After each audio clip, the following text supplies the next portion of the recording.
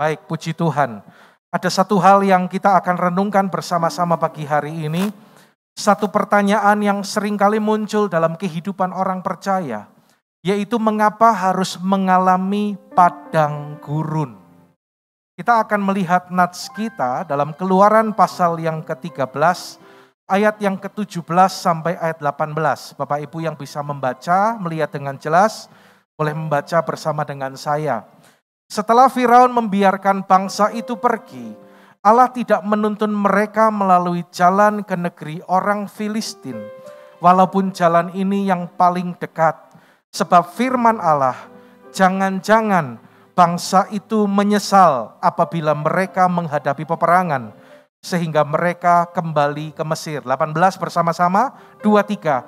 Tetapi Allah menuntun bangsa itu berputar melalui jalan di padang gurun menuju ke Laut Taberau dengan siap sedia berperang. Berjalanlah orang Israel dari tanah Mesir. Amin. Nah, saudara, kita melihat dari cerita ini bagaimana Allah sengaja menuntun bangsa Israel berputar melalui jalan di padang gurun. Jadi ini adalah rencana Tuhan, ini adalah kehendak Tuhan bagi bangsa Israel yang Tuhan mengerti apa yang dialami oleh bangsa Israel dan Tuhan memberikan jalan itu menjadi jalan yang terbaik bagi mereka. Kita melihat saudara, masa-masa ketika seseorang itu dibawa Tuhan di padang gurun, bagaimana keadaan di padang gurun? Yaitu suatu masa perjalanan hidup yang harus dilalui oleh semua orang dan masa di mana banyak orang kehilangan kesempatan dan potensi. Karena ini berbicara tentang proses ya. Masa di mana banyak gugurnya pahlawan iman. Bagaimana keadaan di padang gurun ini, saudaraku? Dalam Ayub pasal yang ke-23 ayat 8-9, sesungguhnya kalau aku berjalan ke timur, ia tidak ada di sana. Atau ke barat, tidak kudapati dia. Di utara ku cari dia, ia tidak tampak.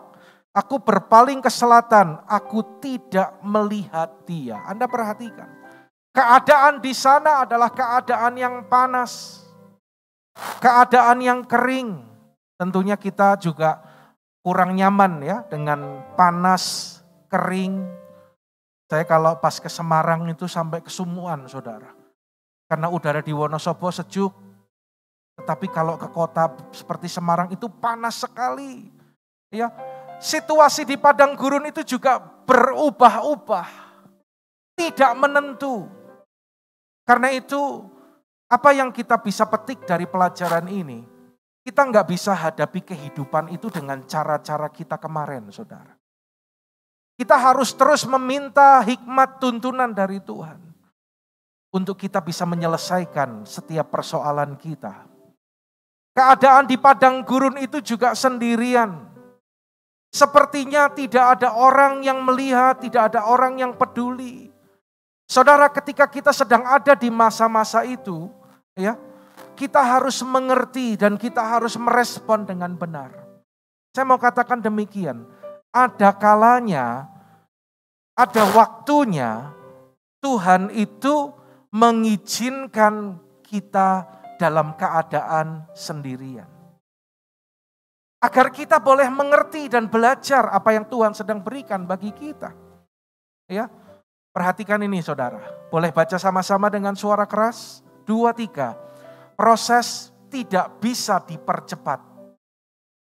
Namun respon yang salah bisa memperlambat proses itu. Ketika padang gurun berbicara situasi yang panas dan kering, yang tidak enak, yang tidak nyaman. Kalau kita salah merespon, bisa-bisa itu memperlambat proses yang Tuhan kerjakan. Saya mau pesan kepada anak-anak Tuhan di tempat ini. Ketika Tuhan sedang proses kehidupan saudara, ikuti saja, ya. Jangan salah merespon, jangan kita bersungut-sungut.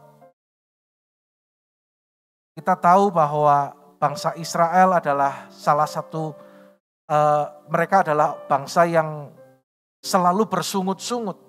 Ya, ketika dibawa Tuhan keluar dari Mesir, mereka bersungut-sungut. Mereka lapar, bersungut-sungut. Mereka haus, bersungut-sungut. Sampai akhirnya Tuhan hukum dan akhirnya orang yang keluar dari Mesir, generasi pertama yang keluar dari Mesir itu dibinasakan di padang gurun. Nah saudara, apa yang umumnya ada di pikiran umat Tuhan saat mengalami padang gurun? Merasa sendirian. Sepertinya kok tidak ada orang yang peduli ya dengan saya. Saudara ingat, Anda tidak pernah sendirian. Karena Tuhan tidak pernah meninggalkan kehidupanmu. Yang percaya katakan amin, saudaraku. Orang juga merasa ditinggalkan. Tidak ada yang menolong saya. Tidak ada yang peduli. Bahkan ada yang merasa dia sedang dihukum oleh Tuhan. Sampai akhirnya mulai putus asa, bahkan mau menyerah. Tetapi pagi ini saya mau katakan saudara, dengar baik-baik. Seberat apapun keadaanmu, ketika engkau diizinkan ada di padang gurun, jangan pernah menyerah. Yang mengerti katakan amin, saudaraku. Anda harus tetap bertahan. Anda harus menjalani proses itu dengan respon yang benar. Percayalah firman Tuhan berkata, dalam semuanya itu Tuhan kita itu turut bekerja untuk mendatangkan kebaikan bagi barang siapa yang mengasihi Dia. Saudara, mari kita menjadi orang percaya yang percaya kepada Dia menurut pikirannya Tuhan. Ya. Karena tanpa sadar kita menganggap diri kita, aku ini orang percaya, aku ini orang Kristen. Suatu kali ada bapak yang akan membawa anaknya datang kepada Yesus. Dan dia berkata, jika engkau dapat, engkau bisa menolong anakku. Lalu Yesus menjawab, apa katamu jika engkau dapat? Dari perkataan Yesus itu, pikiran dari seorang ini dibukakan. Sampai akhirnya dia berkata, Tuhan, tolonglah aku. Ya, dia berkata, aku percaya kepadamu. Tolonglah aku yang tidak percaya. Ini kan paradoks, saudara. Dia berkata, aku percaya kepadamu, tolonglah aku yang tidak percaya. Dari hal ini kita belajar.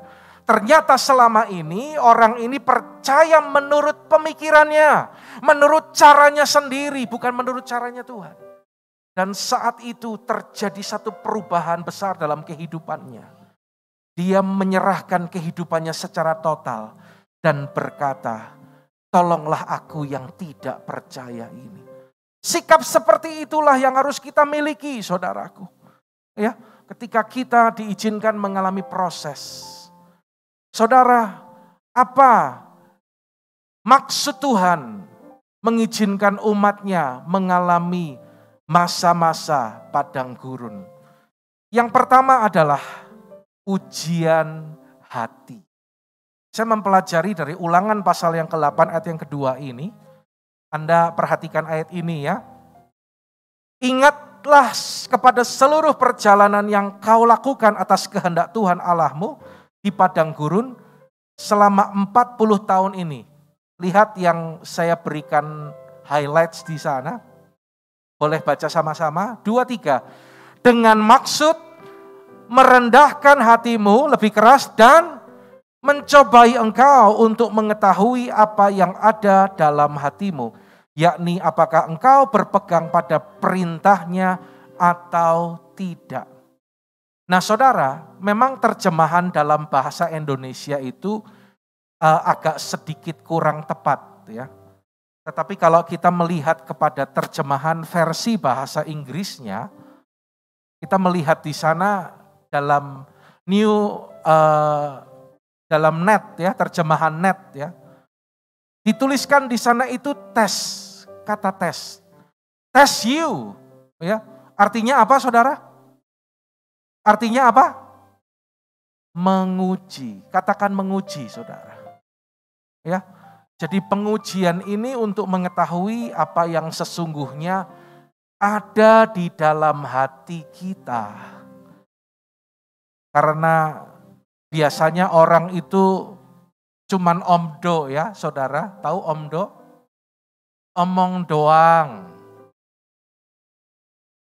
Bahkan dalam mengikut Tuhan pun juga seringkali omdo. Kita bilang mengasihi Tuhan, tetapi kenyataannya kita juga enggak sungguh-sungguh mengasihi Tuhan. Orang yang mengasihi Tuhan itu seperti apa, saudara? Kalau seseorang mengasihi kekasihnya, maka dia akan lakukan apapun untuk menyenangkan sang kekasih.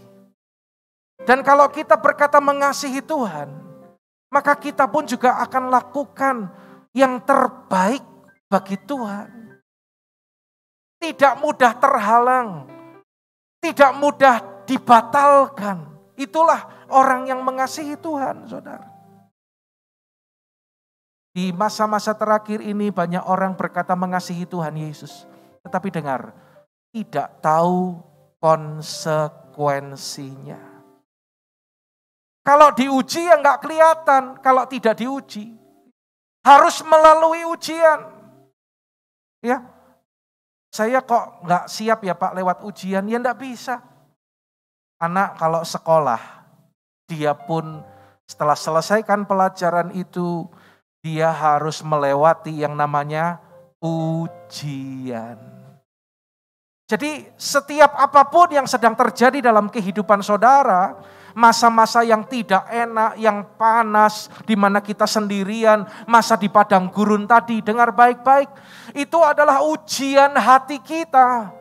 Ya, ingat saudaraku, dalam kondisi tidak baik, dalam kondisi tertekan, itu bisa memunculkan tabiat asli seseorang. Justru bisa kelihatan. Nah disitulah Tuhan munculkan, Tuhan uji.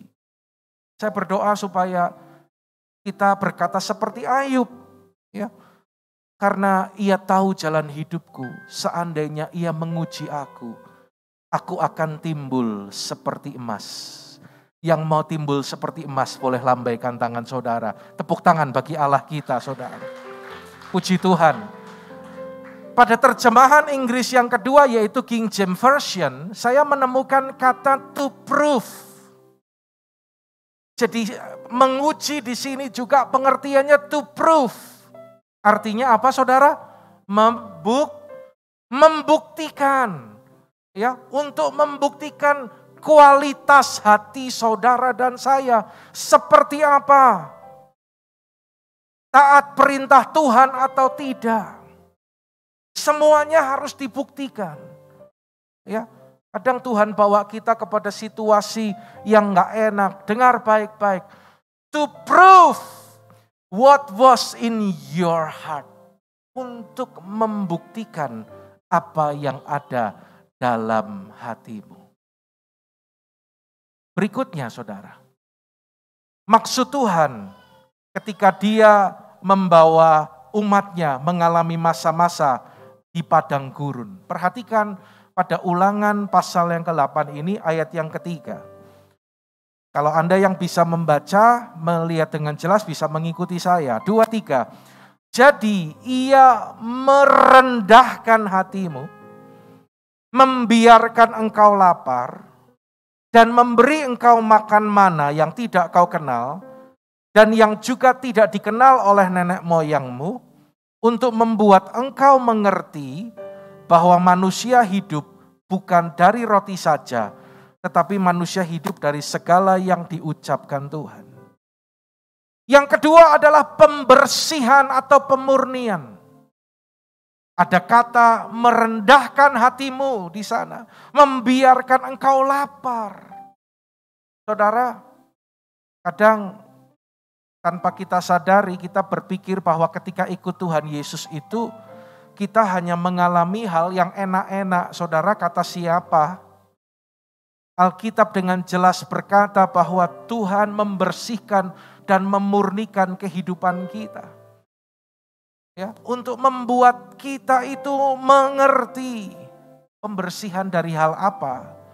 Dari hati yang tidak murni, hati yang tidak kudus. Harus dimurnikan. Seperti tukang emas ketika dia memurnikan emas itu. Tujuannya apa? Supaya yang bukan unsur emas, kotoran-kotoran itu disingkirkan. Saudara dengar baik-baik. Itulah yang Tuhan juga kerjakan dalam kehidupan saudara dan saya. Supaya hati kita murni. Supaya hatimu apa saudara? Murni. Supaya hati kita apa? Katakan murni saudaraku. Ya, agar kita mengerti mana yang benar, mana yang salah, mana yang utama, mana yang bukan, mana yang tidak utama. Harus kita mengerti mana yang perlu diprioritaskan. Lalu dibongkar dari kekotoran Mesir. Orang Israel itu lama ada di Mesir, sehingga pola pikir Mesir itu begitu menguasai mereka.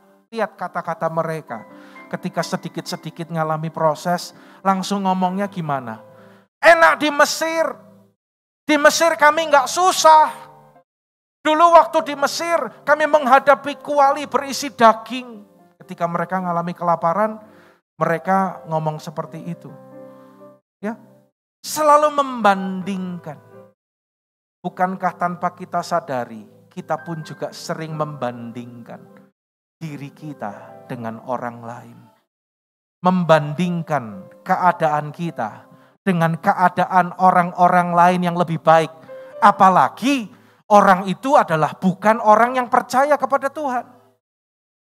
Kok orang yang gak percaya Tuhan kok uripe luwih enak ya timbang nyong. Hati-hati saudaraku. Jadi ini yang Tuhan bersihkan. Ya, supaya ikut Tuhan itu, Tuhan mau hati kita itu tulus, hati kita itu benar-benar murni. Tuhan mau kerjakan apapun bagi kita. Tuhan mau bentuk kita seperti apa. Kita akan menerima dengan sukacita. Yang mengerti katakan amin saudaraku. Ya, pengertian-pengertian yang salah, yang selama ini dijadikan prinsip hidup. Itu perlu proses untuk memurnikan dan membersihkan. Saudara, ada kalanya orang kalau sudah punya pengertian, sudah bahasa Sundanya itu kekeh ya.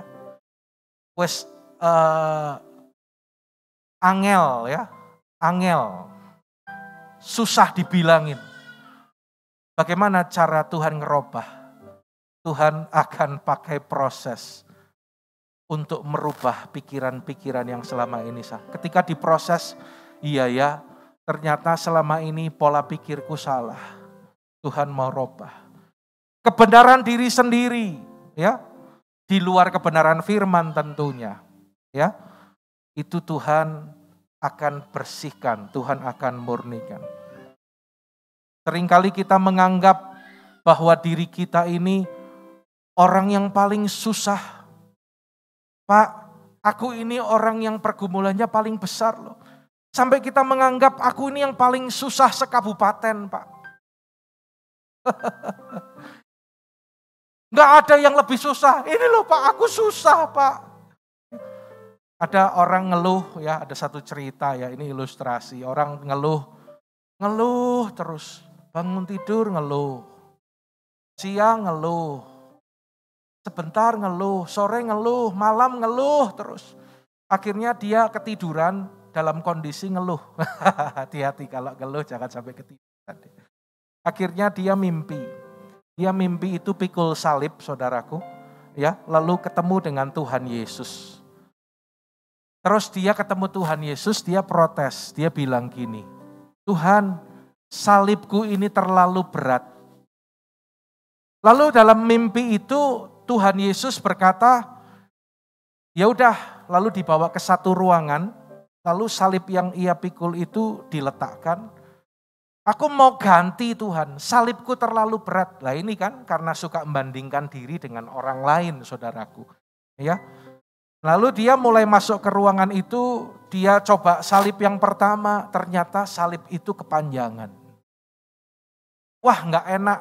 ngelengsreh, dibawa ndak enak. Lalu dia taruh lagi dan dia lihat jalan lagi, ada salib yang kedua.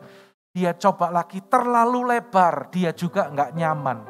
Sampai akhirnya dia taruh itu lagi, sampai bingung, kok nggak ada yang pas ya. Terus pas dia udah keliling ruangan itu, pas mau keluar, dia lihat ada satu salib. Kok kayaknya salib ini bagus ya. Kok kayaknya salib ini nggak terlalu panjang ya. Kok kayaknya kecil ya, nggak terlalu lebar. Lalu dia coba salib itu. Lalu dia bilang sama Tuhan gini, Tuhan kalau salib yang ketiga ini pas nih yang aku coba. Tidak terlalu besar, tidak terlalu panjang, tidak terlalu lebar. Ini cocok nih pas buat saya. Tuhan Yesus tersenyum dan Tuhan Yesus berkata, anakku kamu lupa ya, itu kan salib yang tadi kamu taruh. Jadi ternyata setelah dia coba salib yang lain, ternyata nggak ada yang cocok.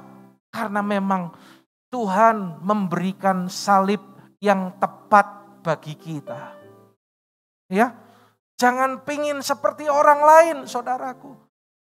Proses kita dengan proses orang lain itu berbeda. Keadaan diri kita dengan keadaan tetangga kita, orang percaya yang lain itu berbeda. Pemurnian yang Tuhan kerjakan dalam hati saudara dan saya dengan orang lain itu juga berbeda.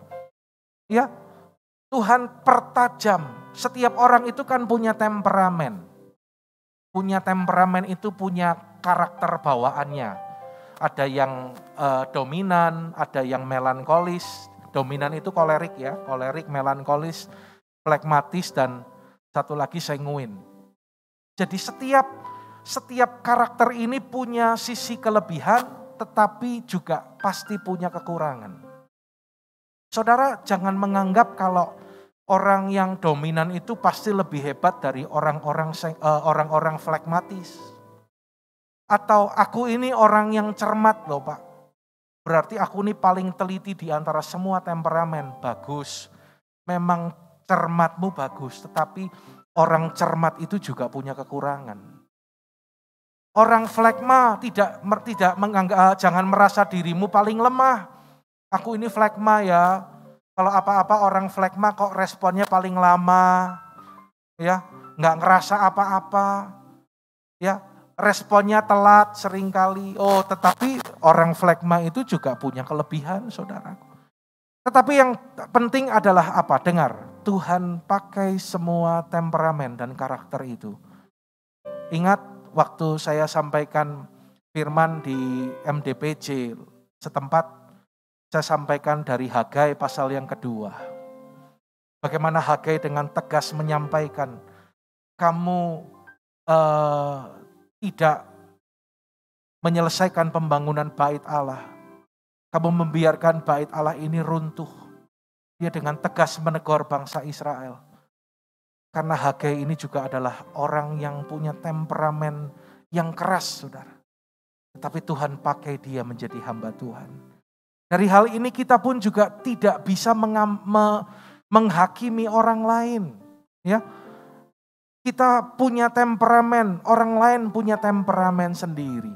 Dan setiap temperamen itu, dengar, dimurnikan dan dibersihkan oleh Tuhan. Yang mengerti katakan amin, saudara. Dibersihkan juga dari motivasi yang keliru, ya. Siapa yang tahu motivasi seseorang? Ya. Tetapi Tuhan akan bersihkan dan murnikan itu. Kita lihat dalam 2 Korintus pasal yang kelima ayat yang keempat. Sebab selama masih diam di dalam kemah ini, Paulus katakan ya, kita mengeluh oleh beratnya tekanan. Karena kita mau mengenakan pakaian yang baru itu tanpa menanggalkan yang lama, supaya yang fana itu ditelan oleh hidup. Saudara, mengapa orang itu sering menderita? Ya, kenapa jadi menderita? Karena dengar, mau yang baru, tetapi yang lama itu tidak mau dilepas. Tuhan katakan, tanggalkan yang lama. Kenakan yang baru. Kenakan pakaian yang baru. Kalau berbicara tentang kirbat, Kirbat yang lama, Tuhan itu mau ganti dengan kirbat yang baru. Hati kita ini loh saudara. Ya, Tuhan akan terus murnikan, bersihkan. Supaya kita menjadi kirbat yang baru. Saudara yang dikasihi Tuhan. Kalau kirbat yang lama, ketika diberi anggur yang baru, kirbat itu akan rusak dan anggur itu akan terbuang dengan percuma. Bukannya Tuhan gak akan berkati saudara. Tuhan selalu siap memberkati hidup kita. Yang percaya katakan amin. Tuhan selalu siap memberikan yang terbaik dalam kehidupan kita. Persoalannya apa? Kita yang gak siap saudara. Mulai hari ini kita belajar. Kita akan ikuti ketika Tuhan sedang membersihkan dan memurnikan kehidupan kita. Apa tujuan Tuhan dalam proses pembersihan dan pemurnian ini? Baca sama-sama. Yang pertama untuk memulihkan kita. Pulihkan diri kita dulu. Pulihkan kita secara korporat, secara jemaat. Tuhan mau ada unity. Tuhan mau ada kesatuan hati. Ya, Pak Niko, Bapak rohani kita sering bersaksi bagaimana pada tahun 2002 ada salah seorang dari pendoa syafaat mendapatkan pesan dan disampaikan kepada beliau. Dan Tuhan itu ingatkan kalau ternyata selama ini Pak Niko itu sombong. Artinya sombong itu apa? Tanpa disadari, kan gerejanya maju. Ya, banyak jemaat datang, pertumbuhannya luar biasa. Tanpa disadari, hal itu melukai hati gereja-gereja lain. Lalu Pak Niko bersaksi bahwa dia menangkap itu dan dia berkata, iya Tuhan. Tuhan bilang, turunkan nama gerejamu yang kau bangga-banggakan itu. Dulu gereja kita itu kan namanya itu pakai Betani, saudaraku ya. Tapi tanpa sadar itu menjadi nama yang diagung-agungkan seolah-olah yang paling benar ya gerejaku, gereja lain tidak baik. Tuhan bilang turunkan nama gerejamu yang kau bangga-banggakan itu. Dan yang kedua, minta maaf kepada para hamba-hamba Tuhan. Itu dilakukan. Apa yang terjadi saudara? Setelah itu dilakukan 2003 mulai terjadilah rekonsiliasi. Dengar saudara, Tuhan mau kita untuk unity di tempat ini. Ya, ketika ada hal-hal yang masih belum beres dalam hati kita, ketika masih ada kesalahpahaman satu dengan yang lain, ketika mungkin masih ada ganjelan dalam pelayanan, tentunya ada gesekan. Itu hal yang normal, itu hal yang lumrah. Karena Alkitab katakan besi menajamkan besi, manusia menajamkan sesamanya. Ketika Anda ada di gereja ini, Anda harus siap diproses dengan sesama jemaat di tempat ini. Anda nggak akan diproses oleh jemaat gereja lain, saudaraku. Ya, ketika Anda ada di tempat ini, Anda juga akan diproses lewat gembalamu di tempat ini. Anda nggak mungkin diproses oleh gembala gereja GKJ. Ngerti, saudaraku? Ya. Karena dalam didikan, dalam ajaran, kadang itu orang tua kan ada yang terlalu protek ya sama anak. Anda sebagai orang tua termasuk orang tua yang protektif enggak? Mbak anak itu kayaknya aduh gitu jagain. Sampai kadang dampaknya apa? Ya orang tua yang protektif itu kadang rada cerewet saudara. Nah saya juga menyadari dalam perenungan saya, sebagai gembala mungkin saya itu gembala yang cukup protektif sama jemaat.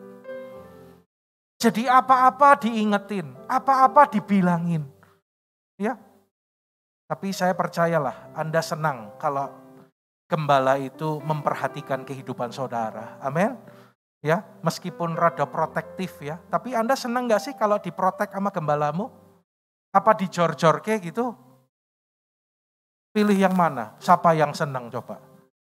Wah, cuma satu orang yang angkat tangan. Yang lain berarti nggak senang ya? Wes tak balilah nyong lah. Ya. Loh, kalau kita diperhatikan, lah itu kadang justru terlalu protektif. Oh ini nih, saya nangkap. Oh iya. Ya, berarti Anda mengerti semuanya itu tujuannya adalah baik untuk kemajuan saudara.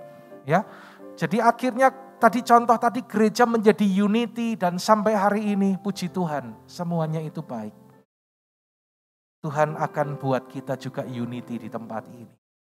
Ya, ayo kita selesaikan persoalan yang belum selesai, rekonsiliasi supaya terjadi unity.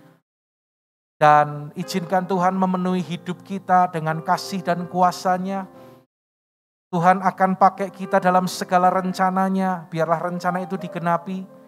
Dengar saudara, Tuhan akan pakai kehidupan saudara dan saya untuk menjangkau dan memenangkan jiwa-jiwa di kota Wonosobo ini. Katakan amin. Ya, kita harus beres, kita harus unity, ya. Supaya kita bisa menjangkau jiwa-jiwa. Kita juga tidak boleh berhenti sampai selesai aku datang ibadah, aku diberkati. Tidak. Tetapi Anda punya tugas loh. Bawa jiwa-jiwa buat Tuhan. Gak ada yang amin. Rodo telat amin nih. Bawa jiwa-jiwa buat Tuhan. Bawa jiwa-jiwa di kul saudara. Ya, kita harus menyelesaikan amanat agung. Doa. Doakan mereka bergerak melangkah. Bina hubungan yang baik dengan orang-orang di sekitar kita. Ya, nanti melebar ini. Saya masuk poin ketiga ya. Apa tujuan Tuhan lewat padang gurun yang Tuhan izinkan? Baca sama-sama dengan suara keras. 2, 3. Masa persiapan. Saya mungkin gak ada waktu untuk menjelaskan satu persatu dari Abraham, Ishak, Yakub, Yusuf, Musa, Yosua, Daud, Nehemia, Yakobus, Barnabas, Paulus, Timotius, dan banyak lagi tokoh-tokoh di Alkitab, ya saudaraku ya. Tetapi kita melihat contoh-contoh ini, bagaimana Tuhan mempersiapkan mereka. Proses yang terlihat jelas itu dalam kehidupan Musa. Bagaimana Musa mengalami beberapa fase dalam kehidupannya. Dia pernah tinggal di istana Firaun. Dia pernah menjadi menjadi anak yang dibesarkan oleh putri Firaun. Dan dia pun juga pernah mengalami proses di padang gurun. Sampai Tuhan persiapkan dia menjadi seorang pemimpin yang membawa orang Israel keluar. Ada satu proses persiapan. Anda ingat Yusuf, anak Yakub, bagaimana sebelum dia menjadi Perdana Menteri di Mesir, dia juga menjalani masa persiapan ini. Jadi rupanya berita sukacitanya apa saudara? Rupanya proses padang gurun ini, itu Tuhan pakai menjadi masa persiapan bagi kita. Ya, Yusuf diproses, dipersiapkan. Ternyata saudaraku, Tuhan itu punya rencana pakai kehidupan Yusuf. Demikian juga dengan Yosua. Sekian lama dia menjadi abdi Musa. Ternyata dia dipersiapkan di sana. Daud, bagaimana Daud dari seorang gembala kambing domba yang hanya 2-3 ekor. Sedikit, siti. Tetapi Tuhan lihat hatinya. Tuhan itu sangat tertarik dengan hati Daud. Ya, kalau kita rindu Tuhan pun berkenan atas hidup kita. Mari proses yang kedua, hal yang kedua tadi, izinkan pembersihan, pemurnian itu Tuhan kerjakan. Jangan berbantah-bantah dengan Tuhan. Nurut saja. Ya, kalau ada sesuatu terjadi, pikirkan yang baik. Lewat ini Tuhan sedang murnikan hidupku. Lewat ini Tuhan sedang upgrade kehidupanku. Daud sampai akhirnya dia pun menjadi prajurit dan Tuhan angkat dia menjadi raja atas Israel. Yakobus, ya, Nehemia, Yakobus, Barnabas, Paulus, Timotius. Dan demikian juga dengan nama saudara masing-masing. Karena Tuhan sedang persiapkan kita. Baca tulisan yang di bawah ini dengan keras. Sama-sama yuk, semua baca ya. 2, 3. Hidup kita dipersiapkan untuk rencana Tuhan yang apa? Yang kecil? Yang biasa-biasa? Yang sedang-sedang? Bukan.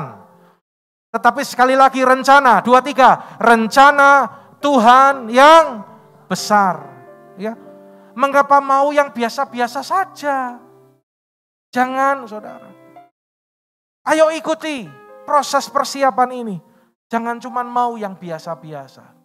Katakan kanan kiri, aku enggak mau yang biasa-biasa. Aku mau yang luar biasa. Amin. Yang enggak ngomong tak suruh ke depan loh saudaraku. Bilang, aku enggak mau yang biasa-biasa. Aku mau yang luar biasa. Beri diri saudara disiapkan oleh Tuhan. Terus berikutnya, sikap kita itu seperti apa? Yang seharusnya tetap melangkah. Jadi ketika Anda sedang diproses oleh Tuhan, yang pertama apa? Tetap melangkah. Melangkah itu ke depan ya. Kalau ke belakang itu bukan melangkah. Nah, Anda ngomong dewe loh ya. Kalau melangkah itu ke depan. Hadapi. Satu persatu hadapi. Saya teringat Triwira Daud yang bernama Isibaal. Ya, dia itu mengalahkan 800 orang. Wow. 800 dibanding 1. Bayangin saudara. Dia kalahkan itu satu persatu loh. Apa artinya? Kita juga harus punya keuletan. Kita harus punya kegigihan. Masalah memang banyak, tetapi dengar baik-baik pagi ini. Hadapi bersama dengan Tuhan, maka masalahmu akan selesai satu persatu. Katakan amin, saudaraku. Ya, jadi tetap melangkah ke depan. Sedang diproses, nggak boleh mundur, nggak perlu malu, karena semua orang juga mengalami proses. Yang kedua, jangan menyimpang ke kanan atau ke kiri. Tetap memandang ke depan. Jangan menjadi lemah, putus asa, apalagi menyerah. Tetap menghasilkan buah. Dan tetap bangun hidup kita dengan kualitas yang terbaik, yaitu kualitas emas. Jangan menjadi suam-suam kuku. Ya, tetapi harus tetap berikan yang terbaik bagi Tuhan. Saudara, saya mau tanya, Anda sebagai jemaat di HOG ini, Anda cinta nggak sih gereja ini, saudara? Kok kurang greget ya jawabnya? Anda cinta gereja ini nggak, saudara? Benar? Saya itu ada teman di luar kota, teman lama, sudah lama nggak ketemu, sampai akhirnya reunian lagi, ketemu lagi lewat handphone. Sudah 2 kali dia bilang sama saya gini, Ndi, aku njaluk nomor rekening gerejamu toh. Kan teman ya. Oh ya, dalam rangka apa ini? Saya nanya gitu. Ya ora apa-apa, aku kok digerake nabur nggo gerejamu. Salah satu ciri orang yang cinta gereja ini, dia itu akan melakukan yang terbaik bagi pekerjaan Tuhan di tempat ini.